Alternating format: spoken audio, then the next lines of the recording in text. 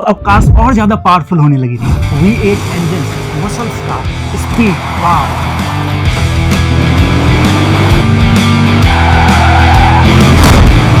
तक दुनिया की फर्स्ट कार जिसने 100 किलोमीटर पर आवर की स्पीड टच की, वो भी एक इलेक्ट्रिक कार ही थी। ये कहानी ऑलमोस्ट 200 साल पुरानी है। ईवी की कहानी में दुनिया अभी रेडी नहीं थी, बट पेट्रोल रेडी था। अमेरिका के टेक्सास स्टेट में एक बहुत बड़ा ऑयल रिजर्व मिला। ये इतना बड़ा था कि क्रूड ऑयल फाउंटेन हवा में 150 फीट से ज्यादा उछल रहा था। क्या रीजंस रहे होंगे कि दुनिया ने ईवी को भुला दिया? चलिए इसके पीछे के लॉजिक को देखते हैं।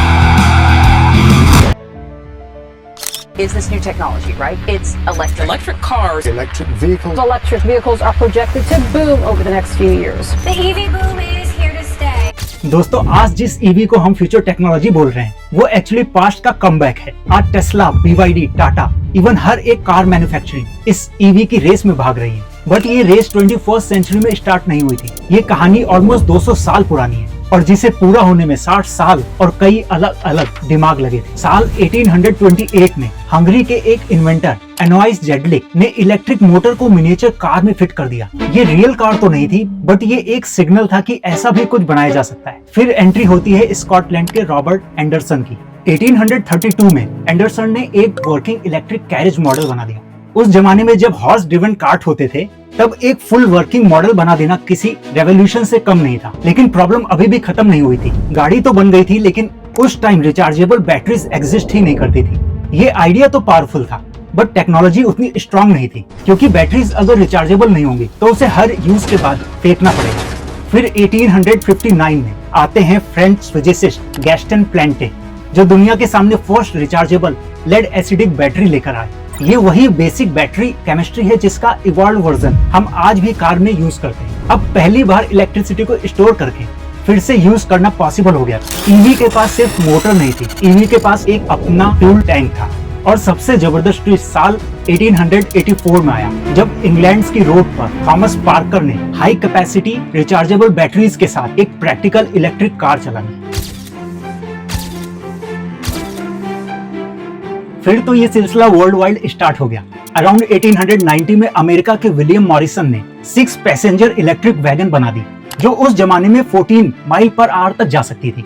आज 14 एम्पियर सुन के हमें स्लो लग रहा है, लेकिन उस टाइम के लिए एक मैजिक से कम नहीं था। मैजिक इसलिए क्योंकि दुनिया ने एक ऐसी कार देखी जो बिना घोड़ों के चल सकती थी, जिसमें कोई धुआं नहीं था और सुपर साइलेंट थी। उस वक्त मार्केट में 3 टाइप्स की कार कंपीट कर रही थी: स्टीम कार्स, गैसोलीन कार्स और electric cars. Steam cars powerful थी, बट उन्हें स्टार्ट होने में कभी कभी 40 से 45 मिनट तक लग जाते थे। लेकिन इससे भी बड़ा इशू था ब्लैक स्मोक एग्जॉस्ट का। दूसरी तरफ गैसोलीन कार्स नॉइजी थी, स्मेल करती थी और स्टार्ट करने के लिए हैंड क्रैंक घुमाना पड़ता था, जो रिस्की था और टायरिंग भी था। वहीं इलेक्ट्रिक व्हीकल्स कंपैरेटिवली साइलेंट थी, क्लीन थी, इजी टू ड्राइव थी।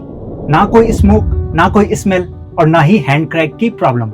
शायद इसलिए ही 1900 के अराउंड वर्ल्ड में इलेक्ट्रिक कार स्पीड पर पहुंच गई। अमेरिका में तो ईवी टोटल व्हीकल्स का 1/3 थी।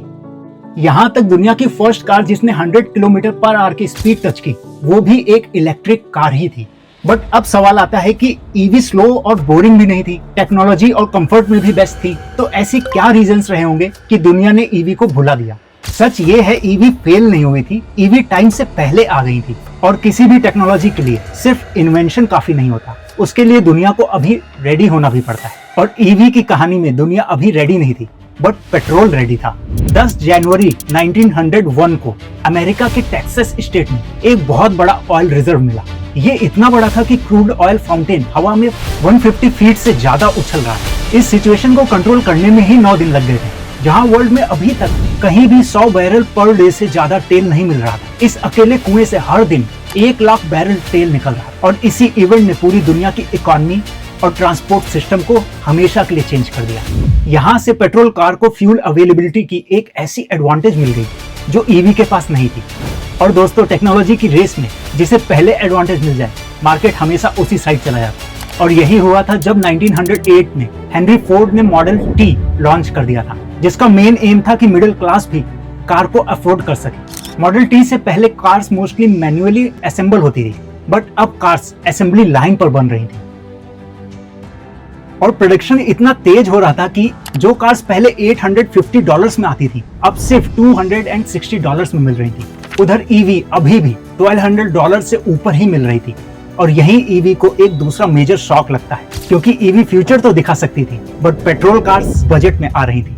लेकिन पेट्रोल कार के पास अभी भी एक वीकनेस थी, स्टार्ट करना, जिसके लिए हैंड क्रैंक को घुमाना ही पड़ता था। ये इतना रिस्की होता था कि कभी कभी इंजन बैकफायर कर देता था और लोगों के हाथ तक टूट जाते थे। इवन मेडिकल टर्म में इसको फोर्ड फ्रैक्चर भी कहा जाने लगा। ये प्रॉब्लम्स इलेक्ट्रिक कार्स में नहीं थी, वहां इलेक्ट्रिक स्टार्टर होता था। और आयरनी तो देखो, ईवी ने ही पेट्रोल कार की सबसे बड़ी वीकनेस को सॉल्व कर दिया। अब पेट्रोल कार्स चीप भी थी, फ्यूल इजीली अवेलेबल भी था और स्टार्ट करने में भी कोई प्रॉब्लम नहीं थी। और ईवी के साथ अभी भी कई सारे क्वेश्चंस थे, जैसे लेड एसिडिक बैटरीज हैवी होती थी, चार्जिंग बहुत स्लो होती थी और रेंज भी कम थी, चार्जिंग के लिए इलेक्ट्रिसिटी डिपेंडेंसी और सबसे बड़ा अफोर्डेबिलिटी इशू। वहीं वर्ल्ड में अब धीरे धीरे ऑयल रिजर्व्स भी मिलते जा रहे थे।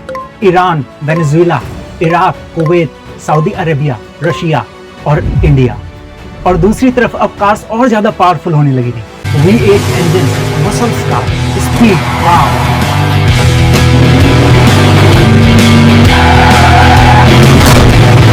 कस्टमर को परफॉर्मेंस मिल रही थी, कंपनीज को प्रॉफिट मिल रहा था, ऑयल कंपनीज को डिमांड मिल रही थी और गवर्नमेंट को फ्यूल टैक्सेस मिल रहे थे। ये सब अराउंड ईयर 2000 तक चलता ही रहा।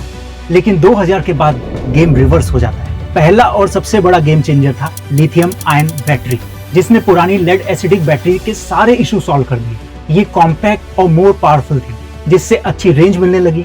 यहाँ आपको एक चीज बता दूं, लिथियम आयन बैटरीज वही होती हैं जो हमारे स्मार्टफोन्स में यूज होती हैं। और स्मार्टफोन रेवोल्यूशन से टेक्नोलॉजी बहुत एडवांस हो गई। और जिस बैटरी का प्राइस साल 2010 में अराउंड $1200 पर किलोवाट आवर था, वो मास प्रोडक्शन की वजह से अब सिर्फ $108 पर kWh में मिल रहा है। यानी मोर देन 90% प्राइस ड्रॉप हो गए हैं, जिससे ईवी आम लोगों के बजट में आने लगी। दूसरा फैक्टर था क्रूड ऑयल। साल 2000 के बाद दुनिया ने बार बार जियोपॉलिटिकल इंस्टेबिलिटी देखी। 2008 में क्रूड ऑयल हिस्टोरिक हाई $147 पर बैरल तक पहुंच गया था। सरकारों को समझ में आ रहा था पेट्रोल डीजल से फुल डिपेंडेंसी हटानी पड़ेगी। अब दुनिया फिर से ऑल्टरनेटिव ऑप्शंस ढूंढने लगी और साल 2008 में ही एलन मस्क ने अपनी टेस्ला रोस्टर लॉन्च कर दी।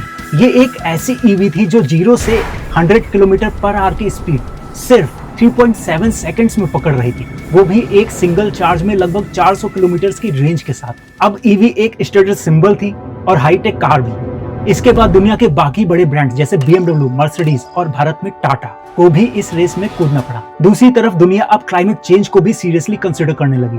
इसमें साल 2015 का क्लाइमेट अग्रीमेंट एक बड़ा टर्निंग पॉइंट है। दुनिया भर के देशों ने कसम खाई कि वो कार्बन फुटप्रिंट को कम रखेंगे।